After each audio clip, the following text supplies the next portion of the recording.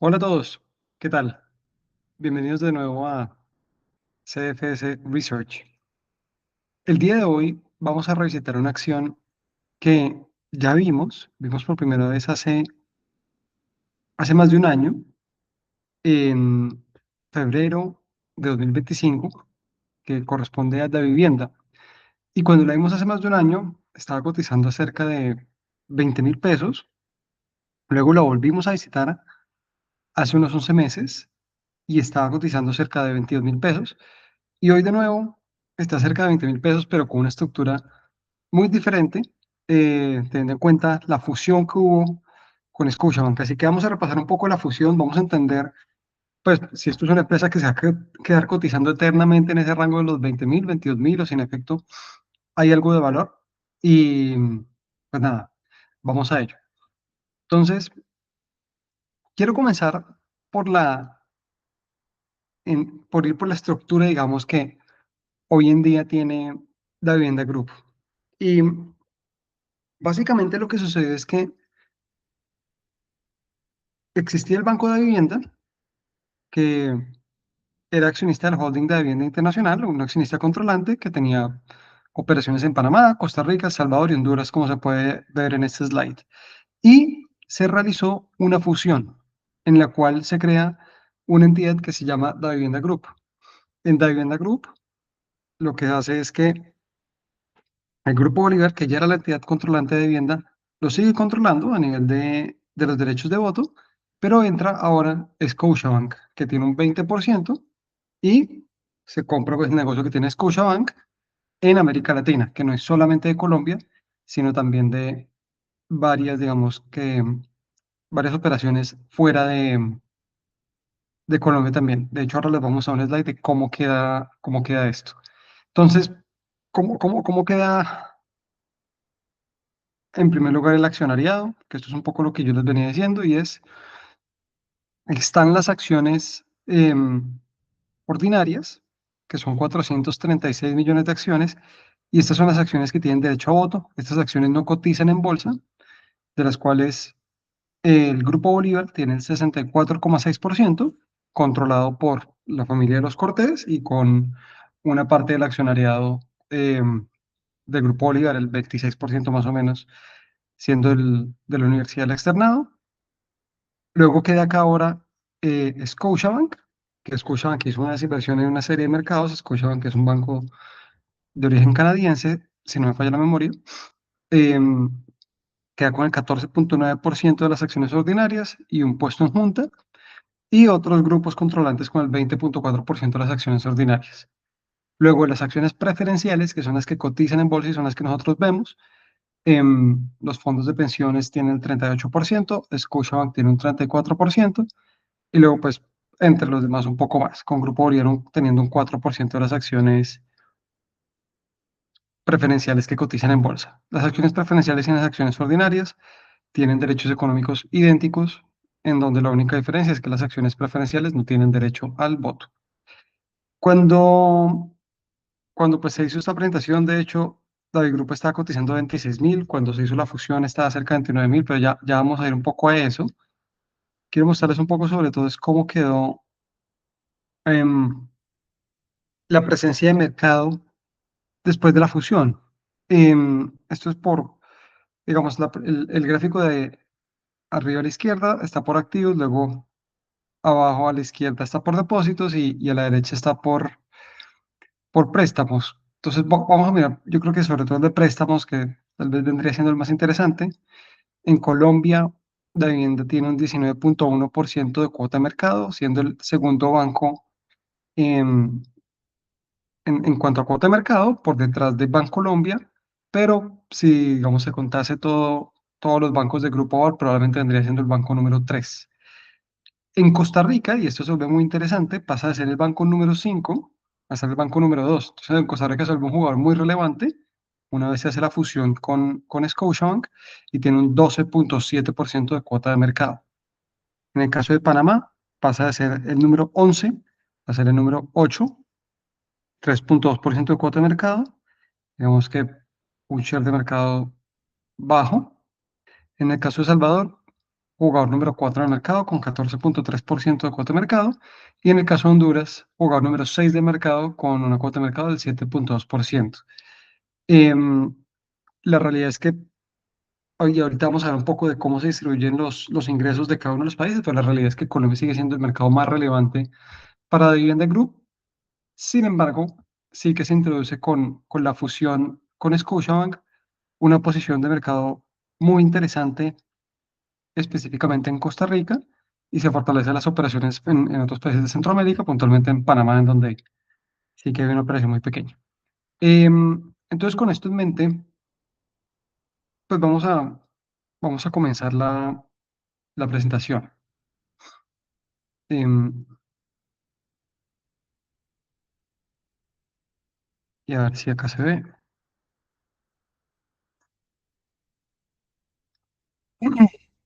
Entonces, ¿cómo fue la operación que se hizo que se formalizó, de hecho, a finales del año pasado entre Scotiabank y de vivienda? Básicamente fue un intercambio de acciones en el cual Davivienda venía cotizando alrededor de 33.000 pesos, pero había un acuerdo por 29.700 pesos, que era un precio-valor en libros de vivienda cercano por ahí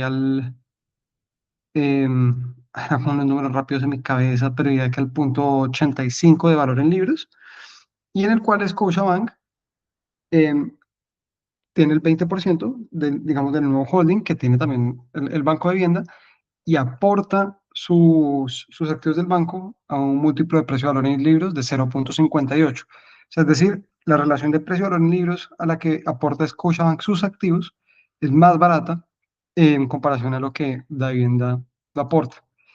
¿Esto por qué es relevante? Porque pues quiere decir que Davivienda compra los activos o sea, compra la operación de Scotia a un precio razonablemente bueno, em, digamos a un descuento. De hecho, Scotiabank asume un impairment cuando se hace esta operación, aunque se debe tener en cuenta que Scotiabank, al menos en el mercado donde sí que conocemos las cifras que era en Colombia, estaba pues alrededor de pérdidas o punto de equilibrio como mucho. O sea, es decir, no era un banco rentable, así que pues tenía bastantes activos, un patrimonio razonable, pero sin rentabilidad.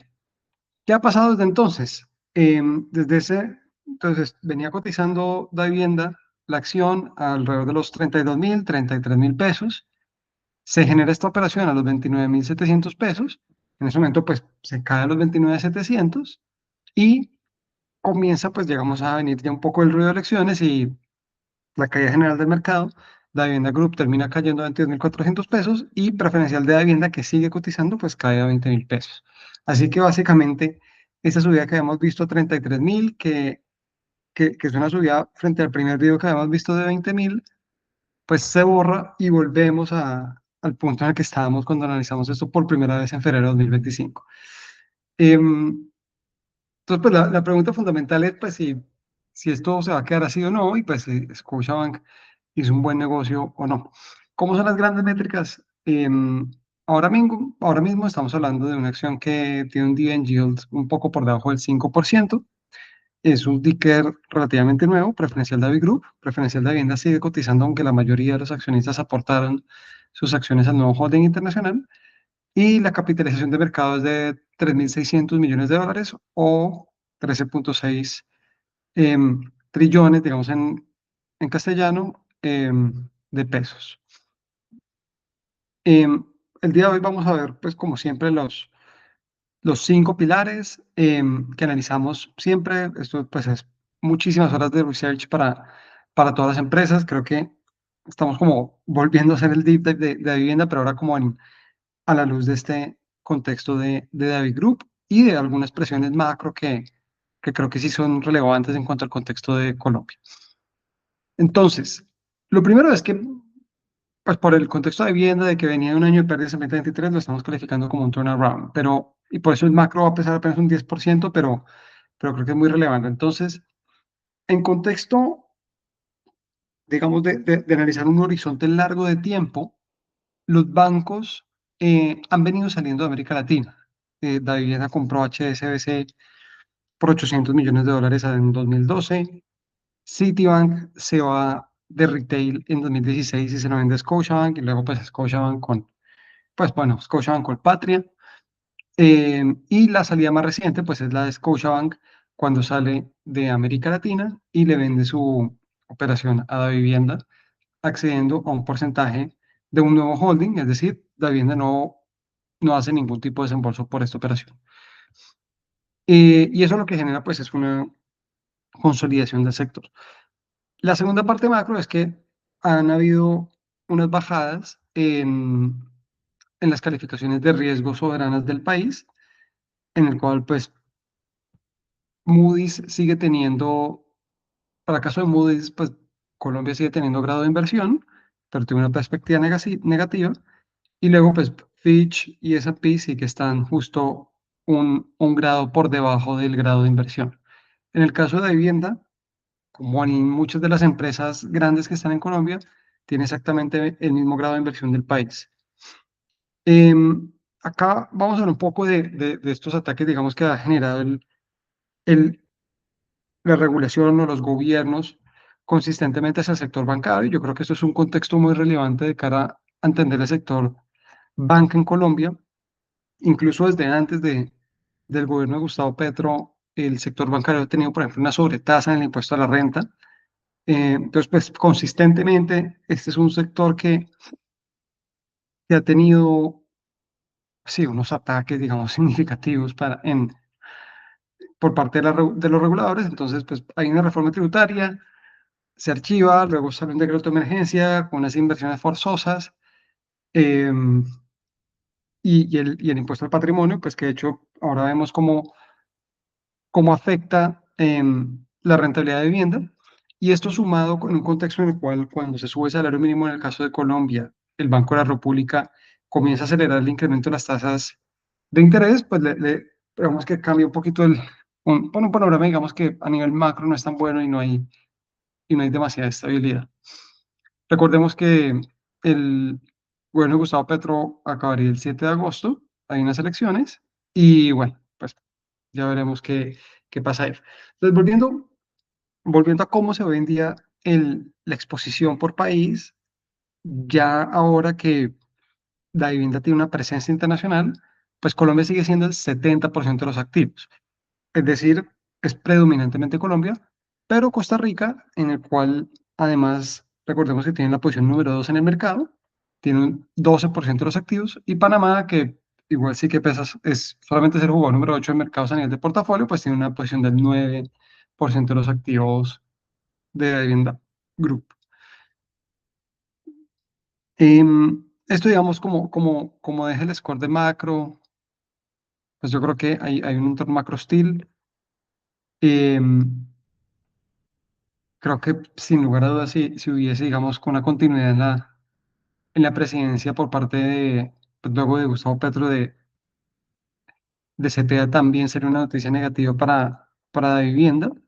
Y seguramente, pues, lo que vemos de emergencias económicas, impuestos como este impuesto al patrimonio, el cual en el caso de vivienda le costó prácticamente un trimestre de utilidades, se seguirían viendo. Así que, pues, hay un entorno macro hostil, que en este caso, pues, pesa un 10% en toda la valoración de la empresa. No pesa mucho porque estamos viendo a vivienda como un turnaround, pero creo que es relevante reconocer eso.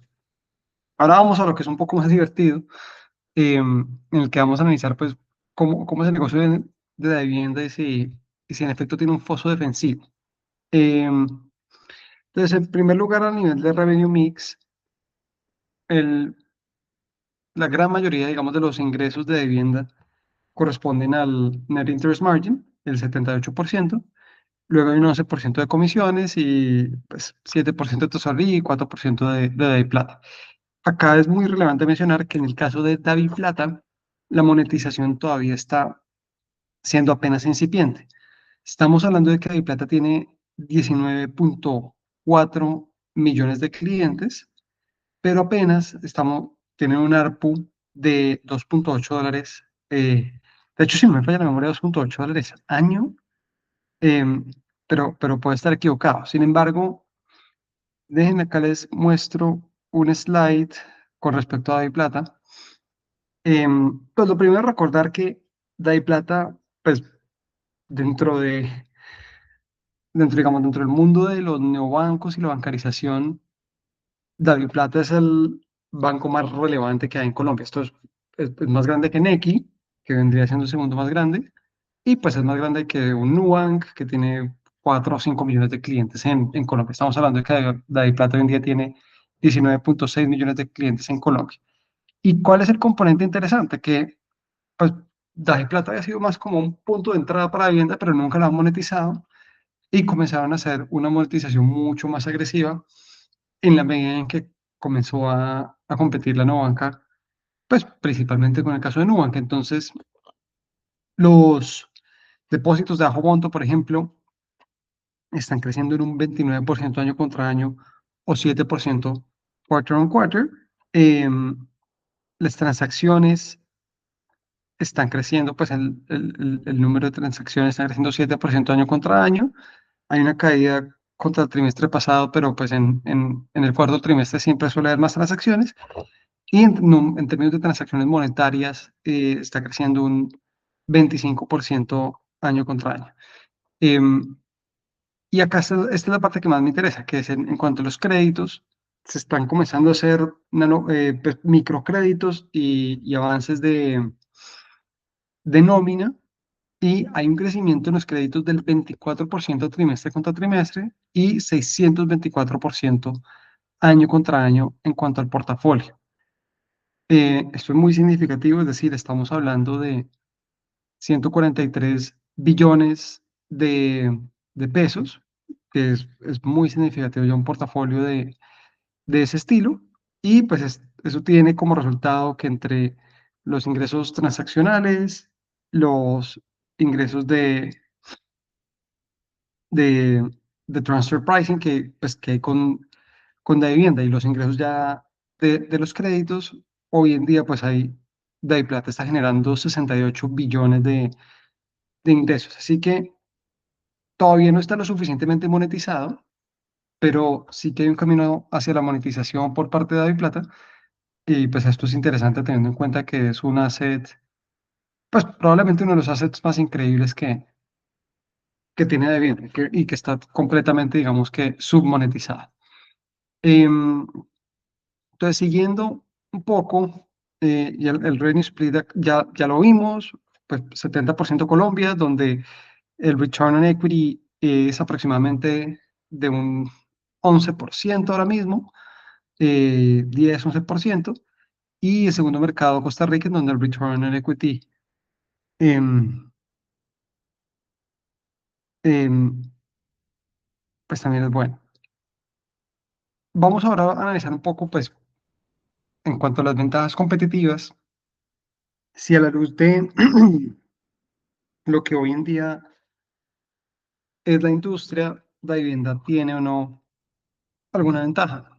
Y tradicionalmente para los bancos es muy relevante tener escala. Por eso pues siempre hemos visto estas consolidaciones, lo relevantes que son. Y probablemente cuando lo miramos a la luz de compararlo con un nuevo banco, la vivienda sí que tiene un problema. ¿Sí? Es decir, hace poco vimos Nubank, el cost to income de Nubank es de menos del 20%, y cuando vemos el costo de income de una empresa como de vivienda es de entre el 55 y el 60%, que es lo normal en los incumbentes. ¿Cuál va a ser el reto de Nubank? Pues alcanzar la escala de un número de clientes necesarios, que debe ser en Colombia de manera que algo entre 5 y 10 millones de clientes, para que ese costo de income de Colombia se parezca al de Brasil. Dicho lo cual, pues creo que va en un buen camino. Entonces, la escala para vivienda hoy en día diría yo que sí es una ventaja. Sin embargo, es una ventaja que se está erosionando muy rápidamente en la medida que hay un nuevo modelo de neobancos que aprovecha mucho mejor la escala y que es mucho más eficiente en escala versus el modelo de vivienda. Em, hay una segunda fuente de ventaja que es la marca. Em, pues la casita roja creo que es una de las marcas más icónicas que hay en el caso de Colombia. Muchísimo tiempo de continuidad, muchos comerciales, demasiada recordación, así que creo que pues casi diría yo que con seguridad esto sí que es la marca número uno de bancos, no necesariamente pues a partir de share de mercado, sino a partir de recordación. Creo que la casita roja, los comerciales icónicos de los mundiales, en el caso de Colombia, son muy recordados. Em, y luego, pues, sí creo que hay una ventaja de que poder de costo en cuanto al producto de Plata y así como Itaú en Brasil está intentando hacer un producto que es 100% digital para un segmento de sus clientes, probablemente Plata debería tender hacia eso. La pregunta es si Davivienda está en la capacidad tecnológica de hacer algo así o no. También recordemos pues que, y pues esto es información pública, que Davivienda y Rappi pues son, pues RappiPay es como un joint venture entre ambos, mejor dicho. Cuando hablamos del return on equity de Davivienda, y esta acá es una de las principales razones por las cuales pues tuvo una caída de la acción. Históricamente es un return on equity que está alrededor de entre el 10 y el 12%. Es decir, nunca ha sido tan bueno, por ejemplo, como el de un Bancolombia, que en los buenos años está por encima del 15%, al menos no en los últimos 7 años, pero sí que se ha ubicado alrededor de ese 11% en los años buenos.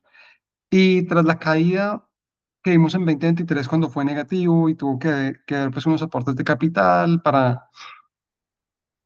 pues, por temas regulatorios, sí que hemos visto ya una tendencia muy positiva de la recuperación del return on equity y 2025 cierra con un return on equity del 10%. Entonces, pues creo que el camino es bueno.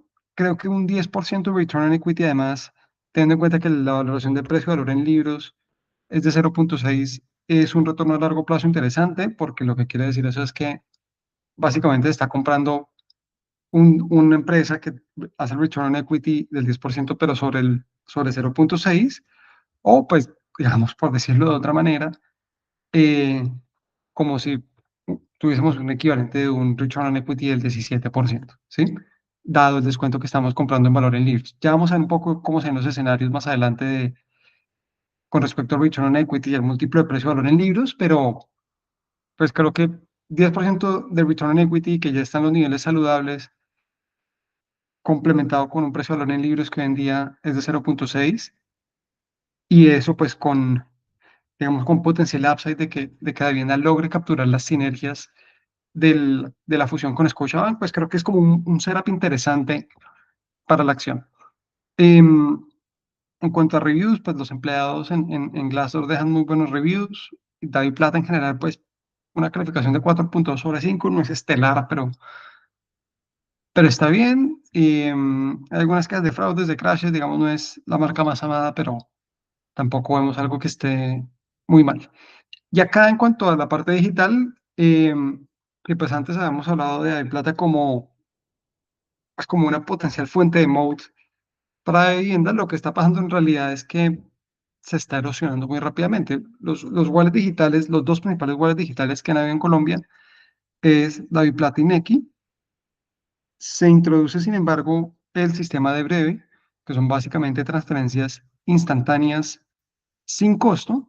Y si bien, pues esto, por ejemplo, en el caso de Brasil, para Nubank fue un acelerador, entonces uno podría argumentar que esto debería acelerar incluso aún más, pues DaviPlata y Nequi.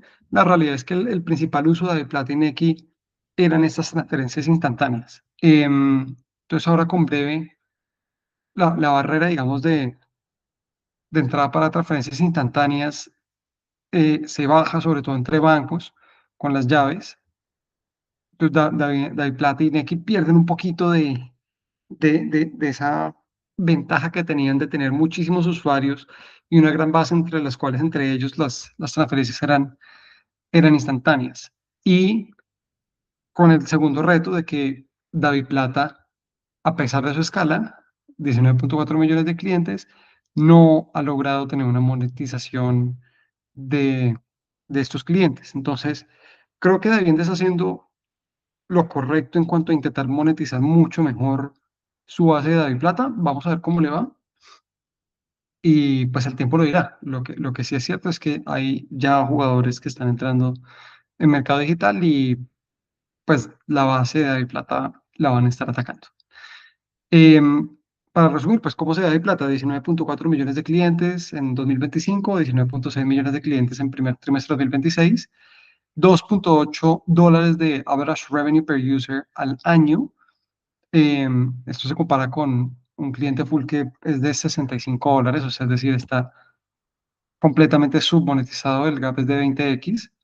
Es cierto que el perfil de cliente es diferente, pero pues también no ha habido demasiada, eh, históricamente digamos que no hubo un gran esfuerzo por monetizar esto más allá de los fees transaccionales. Hasta ahorita es que se está profundizando más en el crédito, que ya veremos cómo evoluciona. Pero, y acá digamos como que siendo un poquito crítico, pues si vemos un banco en el cual el 78% de los ingresos son de net interest margin, es decir, del portafolio, digamos, 4 de cada 5 pesos de ingresos, pues el tiempo que ellos tardaron en hacer una base de monetización mucho mejor para Biplata pues es lo que ahora les está pasando factura, básicamente. Em, Esto pues, ¿cómo nos deja el score del negocio? Lo dejamos en 2,8/5. Entonces, lo primero es el return on equity de vivienda del 10-11% no es lo suficientemente bueno. em, Debería estar algo alrededor del 15% para que esté cotizando pues cerca de su valor en libros. Ya veremos cómo evoluciona nuevamente, pero pues a este valor de 10%, 11% return on equity, puede que alcance a cotizar un poquito mejor en precio valor en libros, pero no va a lograr hacer la paridad con valor en libros. Luego, sin lugar a dudas, pues hay una amenaza de Nu, una amenaza clara de un modelo de negocio que ya está probado en Brasil y que, por ejemplo, en México también ya llegó a punto de equilibrio. Está también, pues, a nivel de negocio, un penalti de Bancolombia. Bancolombia, pues, es más grande, tiene un mejor return on equity y, y, pues, digamos que está demostrando que es el mejor banco de Colombia de lejos a nivel de gestión. Y, pues, en Davi Plata, nuevamente, lo tardío del movimiento de monetización, lo tardío del movimiento de defensa que deja todavía una base buena de clientes para defender, pero pues en un entorno mucho más competitivo, eh, en comparación a lo que había previamente. Por último, pues Breve, que ya lo mencionamos, pero pues Breve sin lugar a dudas va a comprimir los fees transaccionales de DaviPlata. Luego, pues la parte positiva creo que sin lugar a dudas es la casita roja, que es un negocio muy reconocido. Vamos a hablar ahora un poco más de la gestión y como esto es un turnaround, todavía lo tenemos como turnaround, pues más allá de que ya pasó ese punto más crítico en el que en el que pues hubo pérdidas y ahora ya el return on equity está recuperado al nivel del 10%. Estamos hablando de una integración con Scotiabank, que pues es una integración muy relevante que salga bien y que se materialicen las sinergias, sobre todo porque pues los ratios de eficiencia va a ser muy, muy importante para vivienda, que comiencen a caer, que se comience a volver un banco mucho más eficiente y que sea ese banco que digamos que es más como que está en el sweet spot tiene una escala nacional, tiene unos clientes nacionales que le permiten tener, por ejemplo, cajeros y una serie de cosas que de pronto un banco pues no va a tener, pero eso le permite ofrecer un servicio de mayor high touch, pero pues no tiene un ratio o sea, un costo de income del 55-60%, sino pues ojalá alrededor del 35-40%, ¿no? Algo así debería ser. Ya veremos cómo evoluciona, pero creo que esa ya debería tender. Entonces vamos a hablar un poquito de la gestión. Como ya lo mencionamos, hoy en día las acciones ordinarias del grupo de la vivienda, pues la vivienda group, están controladas por el grupo Bolívar. Y el grupo Bolívar pues está controlado por la familia Cortés,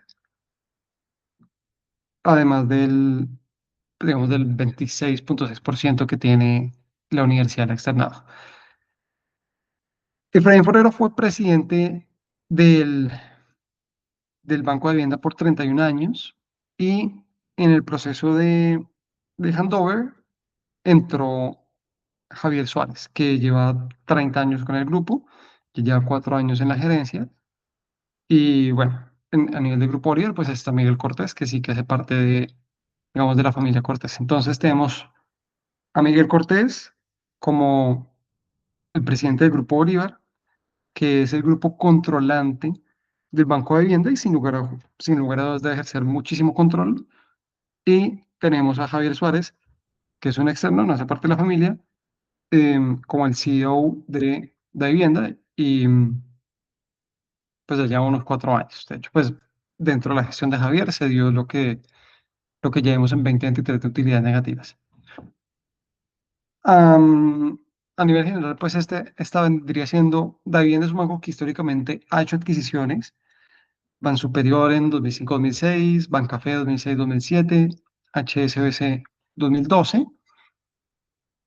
Esta es la primera adquisición que hace Javier Suárez como nuevo CEO, pero, pues, no, pero mejor dicho, digamos, hay que darle tiempo. Y la parte positiva es que no hubo ningún desembolso de dinero, fue en acciones, se mantuvo un control por parte del Grupo Bolívar que yo creo que es positivo para la continuidad del banco y en mi opinión pues se compran los activos de Scotiabank a un precio atractivo. Esto del control pues ya lo vimos, así que voy a saltar este slide. Eh, Esta de la transacción también ya lo vimos, así que también me lo voy a saltar. Mm, Esto pues es una crítica que yo ya he hecho en videos pasados, así que no me voy a detener, pero no hay data de cómo es el esquema de compensación de la directiva, lamentablemente. Em, Esto es un gran defecto que se debería corregir y la Bolsa pues, de Valores de Colombia debería ser mucho más exigente con esto, pero bueno, es lo que hay. ¿Cómo nos deja esto de cara a hacer un score de la gestión? Pues Javier Suárez lleva 4 años, por un lado, entonces es un tiempo suficiente para más o menos hacernos una idea de lo que puede traer. Y pues hay una realidad y es que bajo el liderazgo de él, en 2023 fue que se dio un contexto de vivienda con pérdidas. Y esto no fue un contexto macro. Estamos hablando que en ese momento Bancolombia, por ejemplo, estaba muy bien, o Banco Bogotá también. Fue algo específico de vivienda. Así que esto no es, pues sin lugar a dudas, no es para, digamos, ponerlo en una cruz, pero creo que obviamente es un símbolo muy negativo. También hay que ver un poco de cómo evoluciona el gobierno corporativo con Scotiabank, pero pues a mí no me estresa mucho teniendo en cuenta que sí tienen un puesto en la Junta, pero al final el control sigue siendo del Grupo Bolívar. Algo que sí se valora es que la comunicación de Javier Suárez cuando pues, revisó las llamadas con los inversionistas, en ese momento pues fue muy honesta y digamos que en esto de comunicación de espejo, comunicación de ventana, ventana siendo como que culpa a los factores externos, espejo tomó responsabilidad, pues sí que hubo un comportamiento de espejo. Vamos a ir ahora a los KPIs financieros. Bueno, y con esto fijamos que el score de gestión queda en 3.1/5. KPIs financieros, entonces, acá vemos la evolución pues, de los ingresos de vivienda y donde me quiero centrar específicamente, que es en la utilidad neta. Año fiscal 2021, 1.26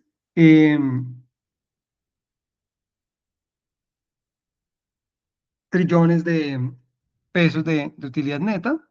2022, 1.62 trillones y luego llega la debacle en 2023 cuando hay una pérdida de 372.000 millones de pesos, algo cercano a los 100 millones de dólares. Año 2024, un año de recuperación, donde hay 853.000 millones de pesos de utilidad neta, un poco más de 200 millones de dólares. 2025, donde se registra un ingreso extraordinario por reconocer, digamos, que el valor de más de los activos de Scotiabank y la utilidad neta es de 2.000, bueno, 2.1 trillones de pesos, algo pues cercano a los 550 millones de dólares. Si descontamos la parte de Scotiabank, pues algo cercano a los 1.5 trillones de pesos o unos 400 millones de dólares. Y bueno, pues primer trimestre digamos que muy en la misma línea, con la excepción del impuesto al pago del patrimonio. Em, entonces, como podemos ver, ya trimestre contra trimestre, en el cuarto trimestre del 2025, que es en donde ya se prevé la transacción con Scotiabank, la utilidad fue de 964.000 millones de pesos, unos 250 millones de dólares, que frente al trimestre del año pasado, pues aumentó en 500.000 millones de pesos, pero pues esto está inflado por la transacción con Scotiabank. Y luego en el primer trimestre de 2026, la utilidad fue de 305.000 millones de pesos, menos de 100 millones de dólares, un return on equity de 4,6%, que teniendo en cuenta que la base es un poco más grande, es baja, pero acá se debe tener en cuenta también que el impuesto al patrimonio que debió pagar de vivienda es casi de 300.000 millones de pesos. Es decir, estamos hablando de que la utilidad, digamos, abro comillas reales, estuvo alrededor de los 600.000 o la subyacente, que es algo alrededor del 9%, y luego pues este impuesto eh, no se debería mantener en el tiempo al principio, ¿no? Pero bueno, ya veremos. Pues, tiene que ver mucho con el contexto macro que hablamos. Para hablar un poco de cómo se pueden ver las utilidades de la vivienda como en un periodo más de mitad de ciclo, ¿no? Porque pues tiene mucho ruido en los últimos dos trimestres. En el primer trimestre de 2026, 300.000 millones, pero pues en realidad unos 600.000 millones cuando se excluye el impacto del impuesto al patrimonio. Luego cuarto trimestre de 2025, 964.000 millones de pesos, pero luego tiene un impacto de unos 500.000 cuando se excluyen el impacto del goodwill o el valor positivo, digamos, de la adquisición de Scotiabank Colpatria. Acá lo que hago es que básicamente calculo más o menos cómo se puede ver unas proyecciones mid-cycle con base en el tamaño del portafolio, una tasa corporativa del 38% que tiene pues esta sobretasa que pues asume, digamos, que se va a mantener en el tiempo para el sector bancario. Y estoy diciendo que mid-cycle, pues los ingresos de vivienda debería estar alrededor de 1,25 trillones de pesos o más o menos pues unos 350 millones de dólares. Esto es un número, digamos, si lo comparamos con años pasados, similar al de 2021, mayor que el de 2024, un poco menor al de 2022. Puede estar siendo un poco conservador, pero pues es como un número para llegar, digamos que, a, bueno, para llegar como a un número con el que podamos hacer unas proyecciones. Em, Así que con base en esto, y acá estoy saltándome unos slides, bueno, acá traía hace poquito de la vivienda cerró una financiación, pero pues esto es más como para decir que ahora mismo la vivienda pues ya se está financiando sin necesidad de tener acciones. Y acá también traía una gráfica de cómo se ve el non-performing loans, stage 3 pues, desde el pico en marzo del 24 hasta ahora. Ha tenido pues básicamente un comportamiento muy positivo, cayendo del 4,9% a, a casi llegar al 3,5%, y pues con una cobertura que también viene mejorando, buena solvencia, bueno, en fin. Entonces, pues, digamos que me voy a saltar a esto y básicamente cerrar el capítulo de KPIs financieros con un score de 2,5 sobre 5, partiendo de que hay unas ganancias, digamos que mid-cycle de 1,25 trillones de pesos o unos 300 a 350 millones de dólares.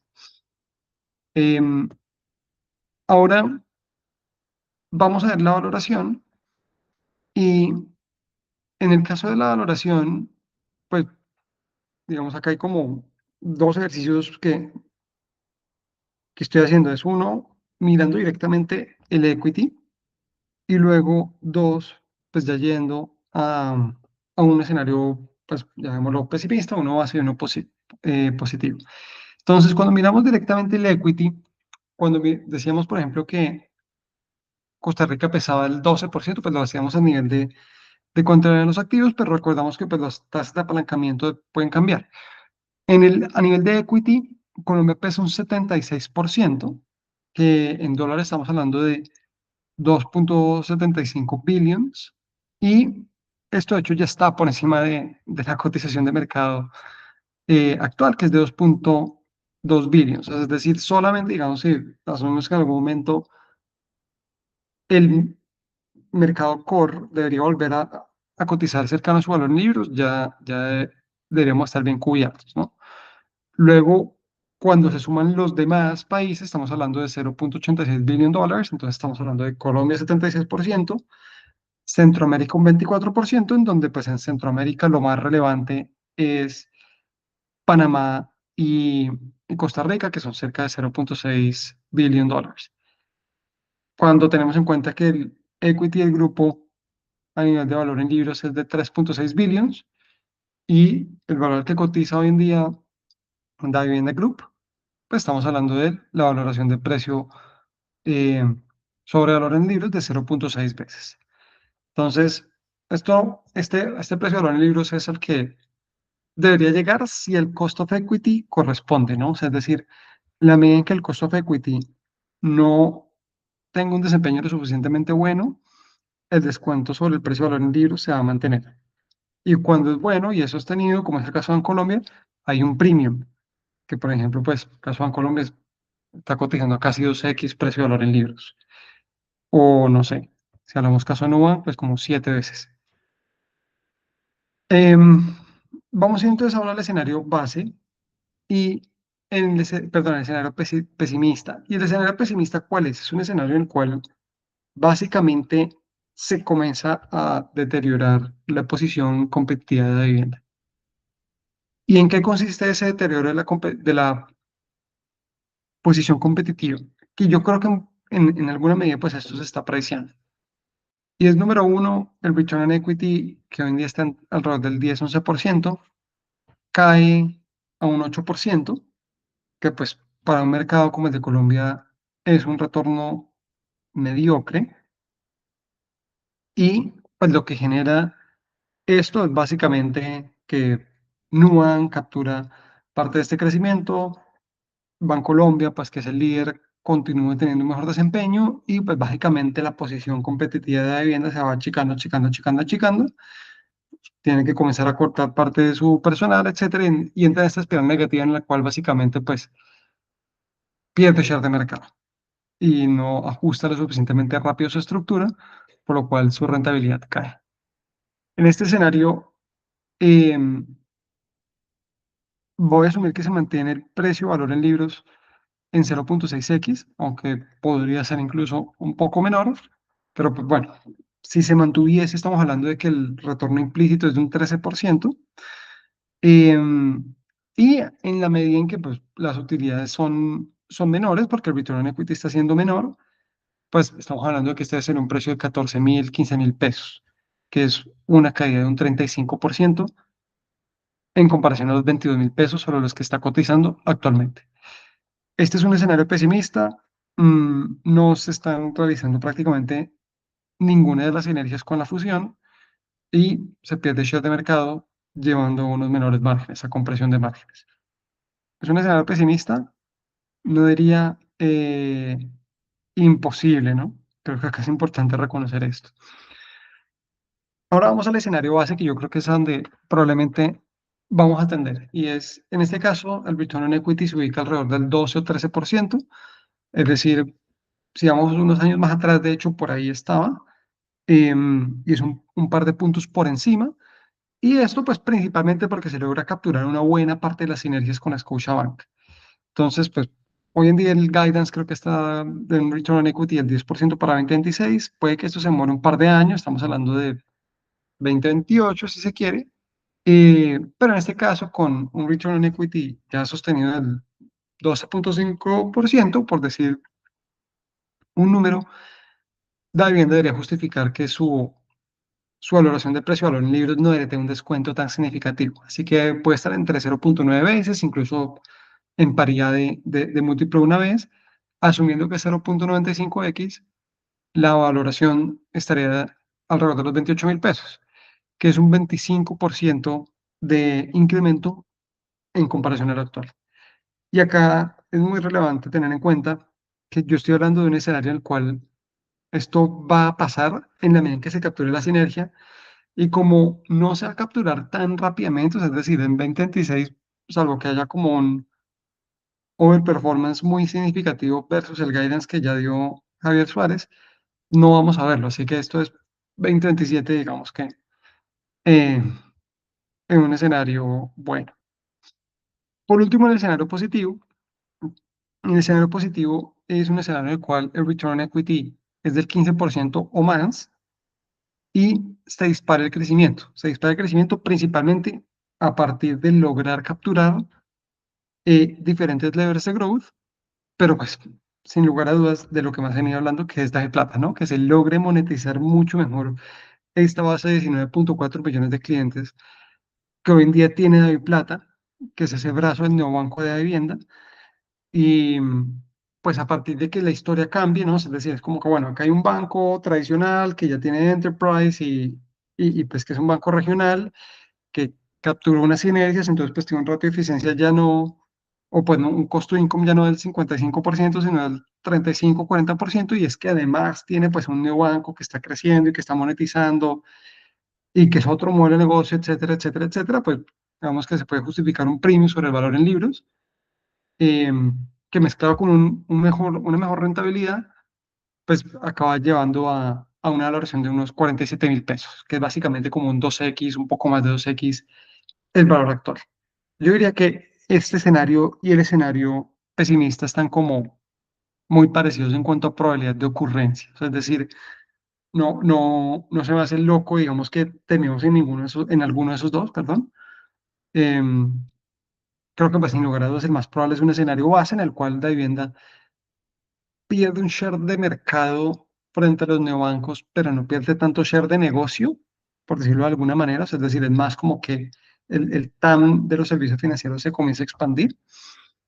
Y por medio de capturar algunas de las sinergias, pues el return on equity se mantiene, mejora levemente y eso puede llevar un poquito de repricing en el precio de valor en libros, que era de hecho lo que estábamos viendo previo a la fusión con Scotiabank y em, pues previo ya como a la caída general que tuvo Colcap con todo el tema de las elecciones en Colombia. Así que creo que lo más razonable para mí es que sea el escenario base. Lo que quiero decir acá es que sí que veo un escenario en el cual la vivienda puede quedar con unos retornos subpares del 6, 7, 8% sobre su equity, y eso sin lugar a dudas va a llevar un repricing y eso ciclo muy negativo, como también veo un escenario en el que logren finalmente que David Plata pues sea un lever real para ellos, que es un poco de hecho la intención que tiene Colombia con Nequi.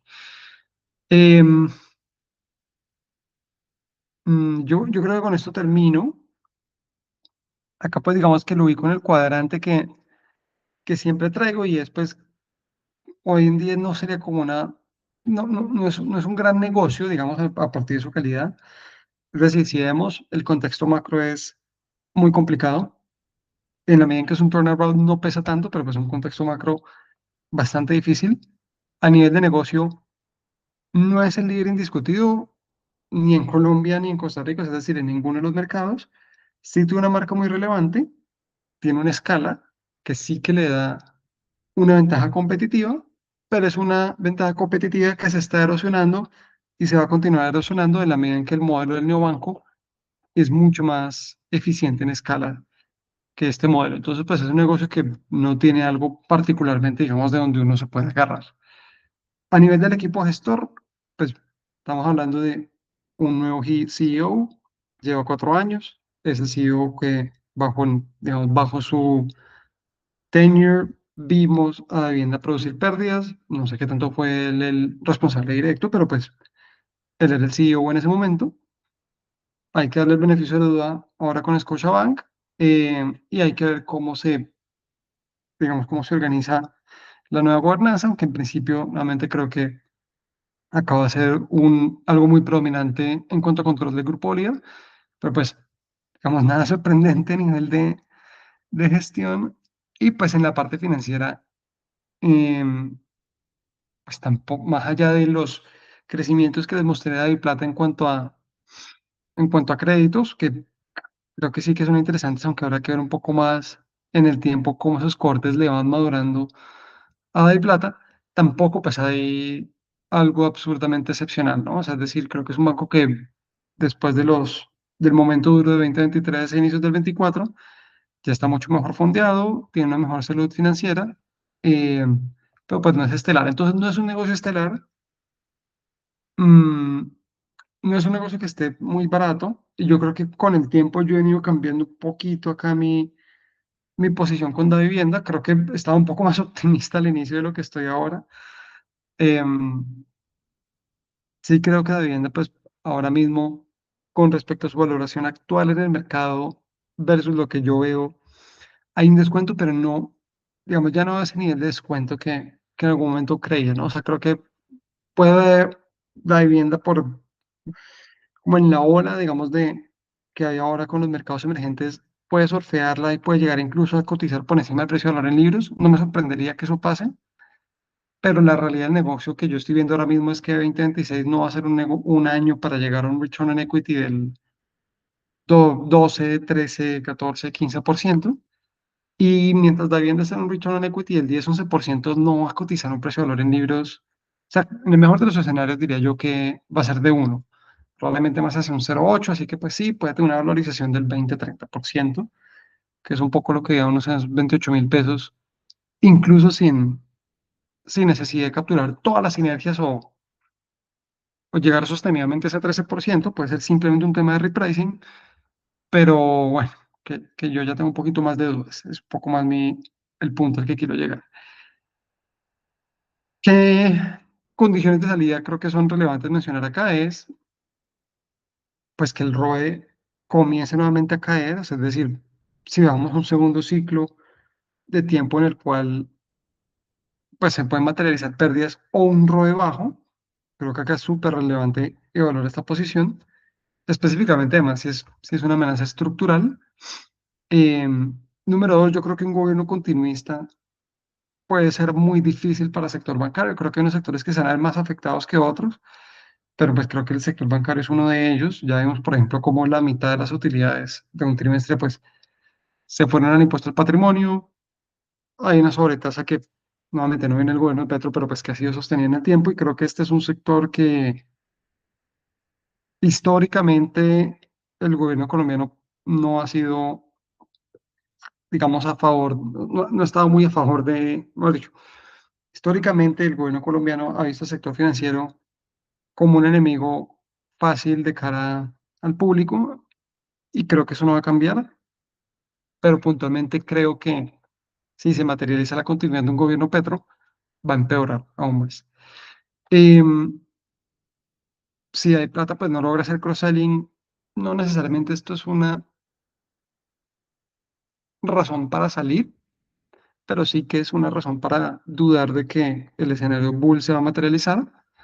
Entonces puede ser que si la vivienda tuvo un repricing, qué sé yo, nuevamente esos 30.000 pesos que tuvo antes de la fusión, y no hay una historia clara de monetización de plata, pues probablemente lo mejor es que ahí simplemente pues ya tomar la utilidad.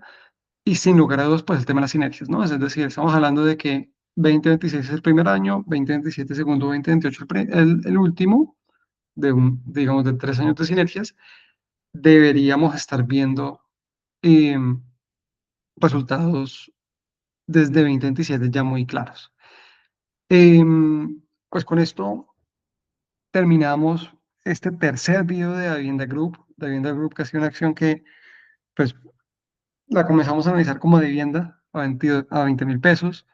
Luego subió un poco a 22.000, llegó a estar 32.000, 33.000 previo a la fusión. Yo personalmente acá les confieso, no tuve utilidades, crear un poco eh, cómo se iba a desarrollar la fusión, y digamos que, como les comenté en los videos anteriores, tenía mucha expectativa de que lograse capturar estas sinergias, y que, pues que además con la mejor return on equity y con el comportamiento además que está teniendo Civest, que pues hoy en día está cotizando en 1,7 veces valor en libros, pensé que se iba a mover muy a la par de Civest.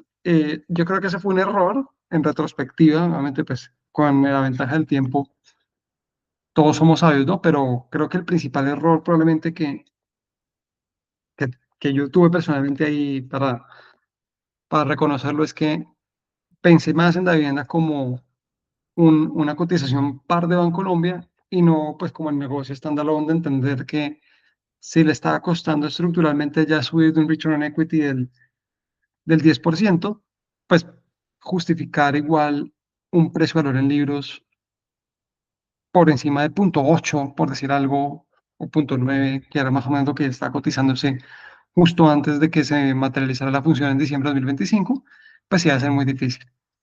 O al menos iba a tomar un par de años mientras se materializaba en las sinergias y pues caso en el cual eh, pues casi que entre esos años y el retorno pues no se justificaba la espera. Entonces pues esa es mi reflexión. Pero pues creo que en ese momento igual sigue siendo una inversión razonablemente atractiva con un potencial downside como lo vimos, pero yo creo que más bien con un escenario base en el cual puede retomar a los precios similares a los que se dieron en el momento de la integración de unos 28.000, 29.000, incluso 30.000 pesos, eh, que es un 20-30% de valorización sobre el precio actual. Y si les gustó el video, pues no olviden suscribirse, darle like, compartirlo y por supuesto comentar. Recuerden también, como siempre, que todo esto que hacemos, pues, es, es research, ¿no? O sea, es decir, es research de estudiar las posiciones, estudiar el negocio, contarles un poco a veces como yo lo veo, pero pues por supuesto no es asesoría de inversión. Y si les gustó, pues nuevamente, dejen los comentarios, también díganme si hay algún otro banco que les gustaría ver, que opere en Colombia, que opere en América Latina. Y con esto terminamos por el día de hoy. Gracias, hasta la próxima.